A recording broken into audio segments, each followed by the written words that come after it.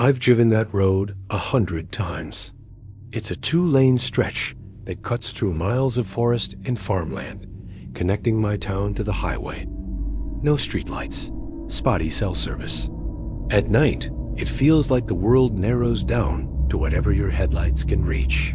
I've never liked driving it after dark, but that night, I didn't have a choice. I was leaving my sister's place later than planned. It was already past midnight, and a heavy fog had started rolling in.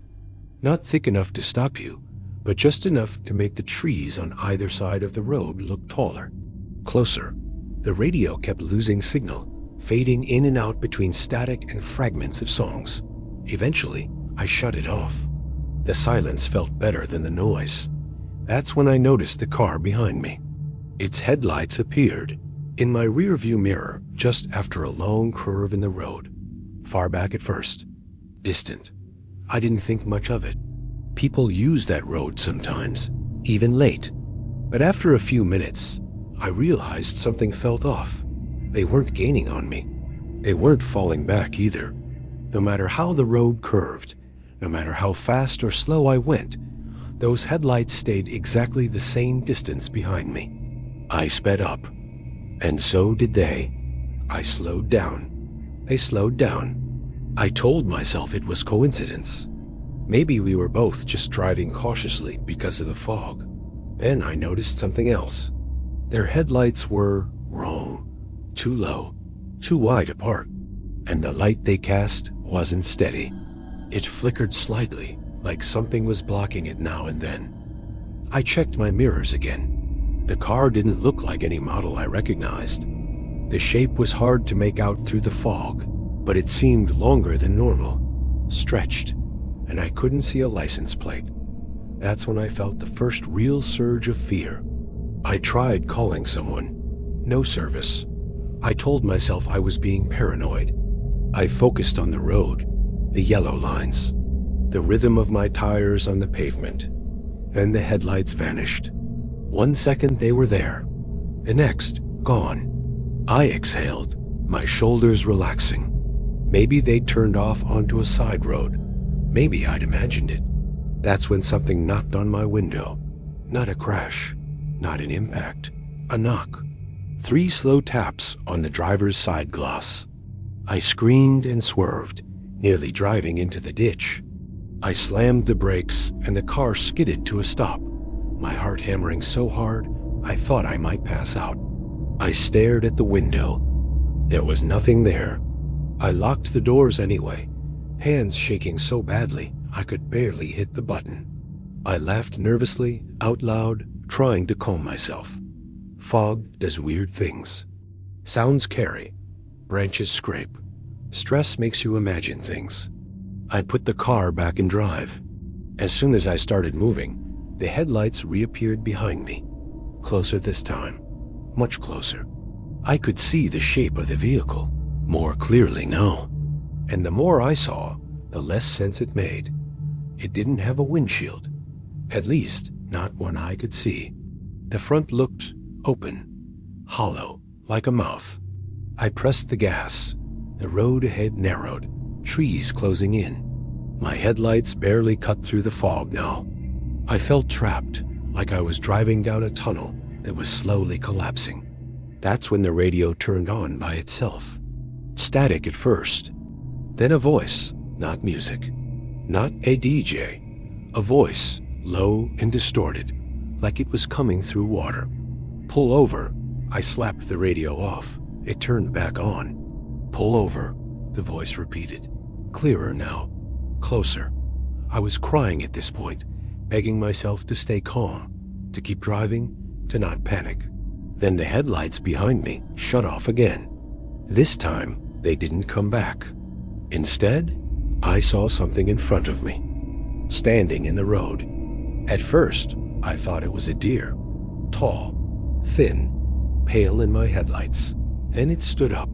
It unfolded, slowly, rising higher than any person should be able to. Its limbs bent the wrong way, joints popping softly as it straightened. It didn't have eyes, just smooth skin where its face should have been. I slammed the brakes. The car stopped inches from it. For a moment, everything was silent. Then it leaned down, its head tilted, as if it were studying me through the windshield. And then it smiled. The skin split open, stretching into a grin far too wide, revealing rows of small, uneven teeth. I screamed and threw the car into reverse. I didn't look where I was going. I just floored it. That's when I felt the impact. The car behind me. I lurched forward, air knocked from my lungs. My car spun, tires screaming, and finally came to rest sideways across the road. The engine stalled. The fog pressed in. I sat there, stunned, waiting for pain that never came. Slowly, I looked in the rearview mirror. There was no car, no headlights, no damage. Just empty road. I laughed again, hysterical now, half convinced I'd finally lost my mind. Then I heard footsteps, slow, deliberate, circling the car. I locked my doors again, pressing myself back into the seat, unable to move. A shadow passed over the hood, then another. I realized there were two sets of footsteps. One stopped by my driver's door, the other behind me. Something leaned down into my open back window. I felt its breath on my neck, cold, wet. I squeezed my eyes shut. When I opened them again, the engine was running. The road was empty. The fog was lifting. I drove the rest of the way home in silence, not stopping, not looking back. I didn't sleep that night. The next morning, I went outside to check my car. There was no damage, no dents, no scratches, just one thing. On the inside of my rear window, fogged faintly into the glass, were handprints. Too large, too long, and smeared, as if something had been holding on. I don't drive that road at night anymore, but sometimes, when I'm lying in bed, I swear I can hear an engine idling outside my house, waiting, and I can't shake the feeling that whatever followed me that night didn't stay on the road. It learned where I live, and it's just being patient.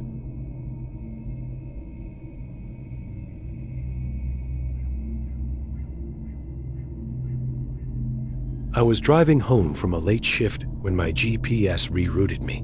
It didn't ask, it didn't alert me.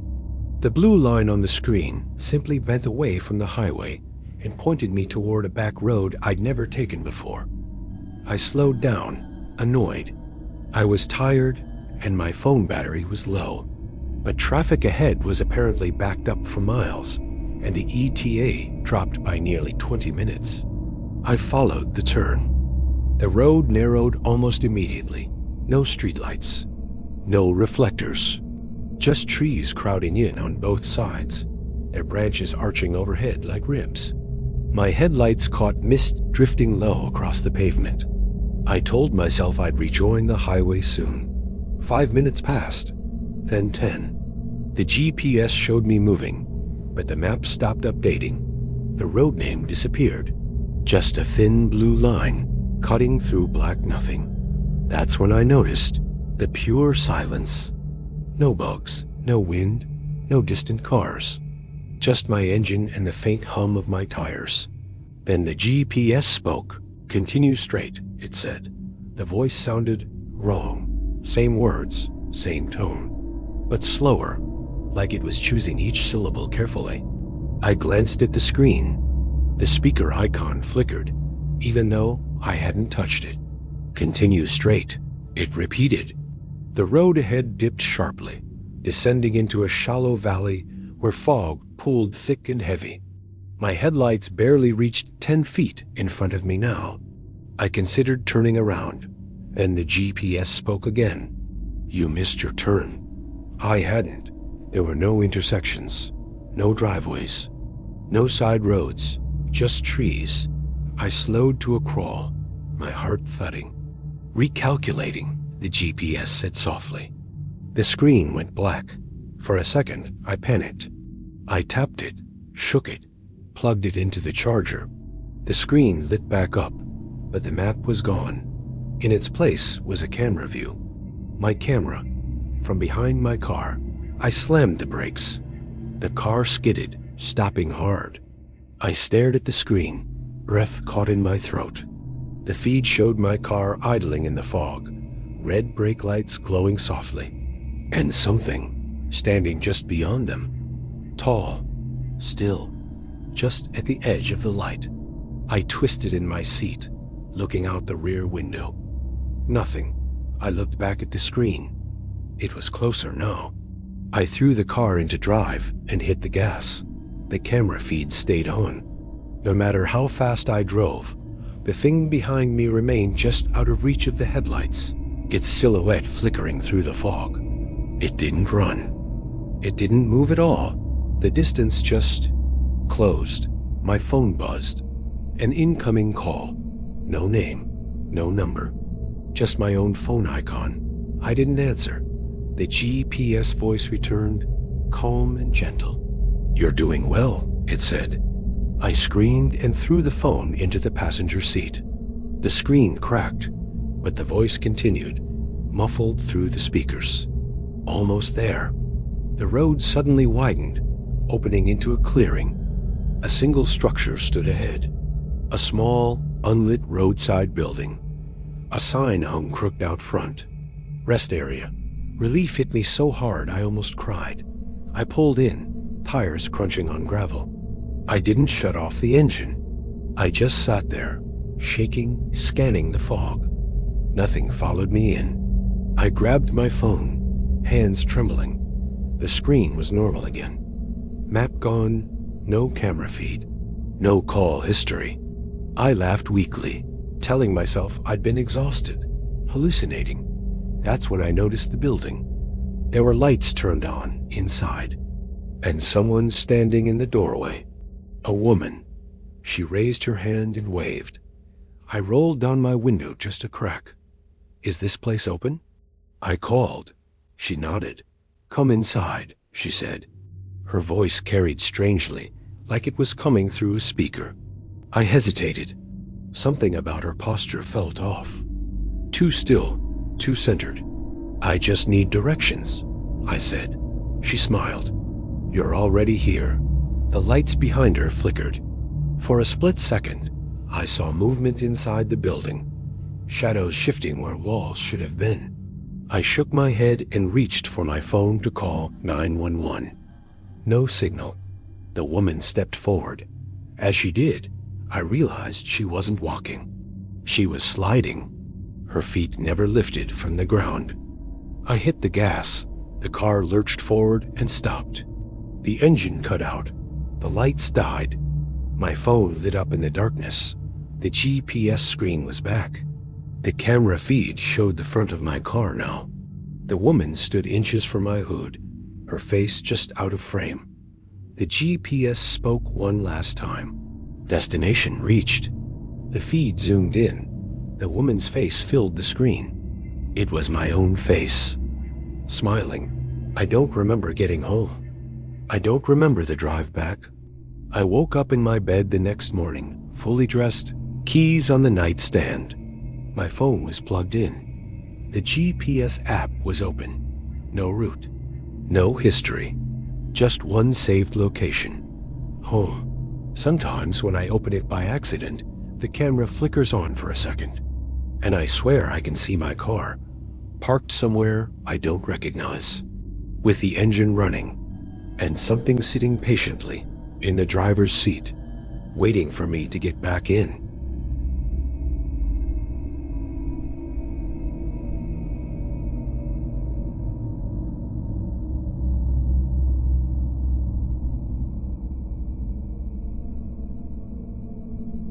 I don't remember deciding to stop. That's the part that bothers me the most. I remember the drive clearly at first. Too clearly. The dashboard clock read 1:12 a.m., and I was heading home from a work trip, taking a rural route to avoid construction. It was one of those drives where you're alert enough to function, but tired enough that your thoughts drift.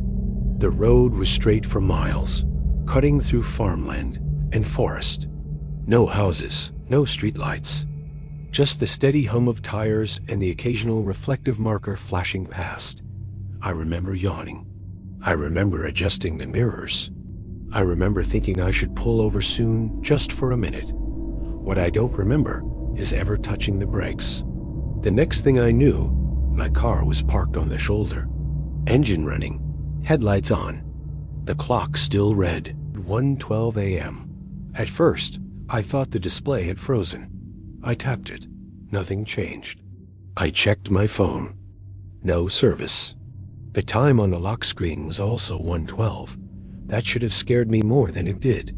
Instead, I felt calm, too calm. Like my body had already accepted whatever explanation my mind hadn't caught up to yet. I stepped out of the car. The air was colder than it should have been for the season. The forest pressed close on both sides of the road. Trees packed so tightly, their branches overlapped above me. My headlights illuminated a narrow tunnel ahead, fog drifting lazily through the beams. Behind me, the road vanished into darkness. I don't know why I didn't just get back in the car and leave. I think part of me believed I'd already tried that. I walked a few steps down the road, stretching my legs, telling myself I'd wake up in a second and laugh about it later. That's when I noticed something odd about the pavement. There were tire marks, fresh ones, not mine. They veered slightly, like someone had corrected too late, then disappeared into the shoulder, exactly where my car was parked now. I followed them with my eyes and felt a tightness in my chest. They were layered. Dozens of overlapping tracks, all stopping in the same place, all facing the same direction. I heard a sound behind me. Not footsteps, not movement. An engine. Idling, I spun around. My car was still there, lights on, exactly where I left it. But the sound wasn't coming from it. It was coming from farther down the road, ahead of me. I stared into the fog, heart pounding, trying to locate the source. The sound was faint but unmistakable. Another vehicle. Running. Stationary. I walked toward it without thinking. The fog thickened as I moved forward, swallowing the edges of the road until all I could see was what my headlights barely reached. The engine noise grew louder, uneven, like it was struggling to idle properly. Then I saw the taillights. Red, dim, flickering. A car sat stopped in the middle of the road, angled slightly toward the trees. No hazard lights, no brake lights. Just the dull glow of tail lamps cutting through the mist. Hey, I called out. My voice felt wrong in the air. Too flat, like it didn't belong there. No response. I took another step closer and realized something else was wrong. The taillights were on, but the car had no body, no trunk, no roof, no doors, just lights. Suspended in the air at about waist height, I froze. The engine noise stopped. The fog shifted, and suddenly the rest of the car was there. Fully formed, normal, parked exactly where it should be. I backed away slowly, breath coming in short, panicked bursts. My instincts screamed at me to run, to get back to my car, to leave. I turned around. The road behind me was gone. Not dark, not obscured, gone. Where the pavement should have been was a wall of trees, trunks pressed tightly together, branches woven so densely there wasn't even space to squeeze through. The forest had closed in completely, swallowing the road like it had never existed. I screamed. The sound died immediately, smothered by the trees. I ran back toward the other car. It was the only thing left that felt real. As I got closer, I noticed the driver's door was open. Inside, the interior light glowed faintly. I slowed, dread pooling in my stomach. The driver's seat was empty. The passenger seat wasn't. Someone was sitting there. They were facing forward, hands folded neatly in their lap. From the side, they looked almost normal. A person in dark clothing, head tilted slightly, as if listening. "Are you okay?" I whispered. They didn't move. I edged closer, heart hammering so hard I could feel it in my throat. The closer I got, the more wrong they looked. Their proportions were off. too tall while sitting, arms too long, neck bent at an angle no one should be able to hold comfortably. I stepped into the beam of the interior light. Their face was my face. Not exactly. It was older, paler. The eyes were sunken, ringed with dark circles. The mouth hung slightly open, lips dry and cracked, like someone who hadn't spoken in a long time. They turned their head toward me. I staggered back, nearly falling. "You missed it," they said. Their voice was mine, but strained, stretched thin. "Missed what?" I croaked. "The moment you could have left." The forest groaned, not a sound I can describe properly. Like wood bending, like the earth itself shifting its weight. The doppelganger smiled weakly. "It always stops here," they said. Every time. I felt something warm trickle down my temple and realized I was crying. "What is this place?" I asked. They looked past me toward where my car should have been. "It's the part of the drive you don't remember," they said. "The stretch where you're too tired to notice what you're doing." The clock in my head screamed, 1:12 over and over. "You pull over," they continued. "You stop paying attention, and the road keeps going without you." The forest creaked again, louder this time. The lights of the car flickered. "You can go," they said suddenly, urgency creeping into their voice. "If you're fast." Before I could respond, their body began to sag, like something inside them had switched off.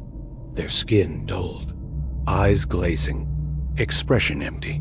Behind me, headlights flared to life. My car, I didn't question it. I ran. I don't remember opening the door. I don't remember starting the engine. I just remember the road reappearing beneath me, the trees pulling back, the fog thinning. I drove. I didn't look at the clock.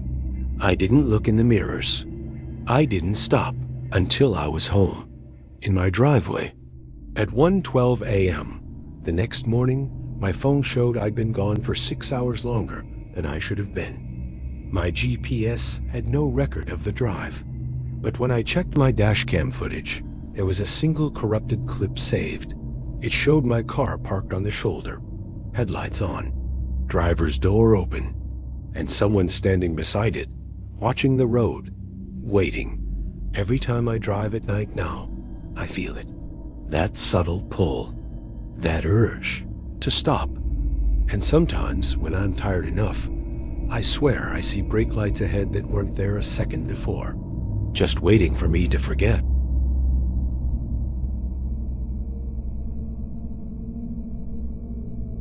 Thank you for watching, and remember, stories are just echoes. What you hear depends on how closely you listen.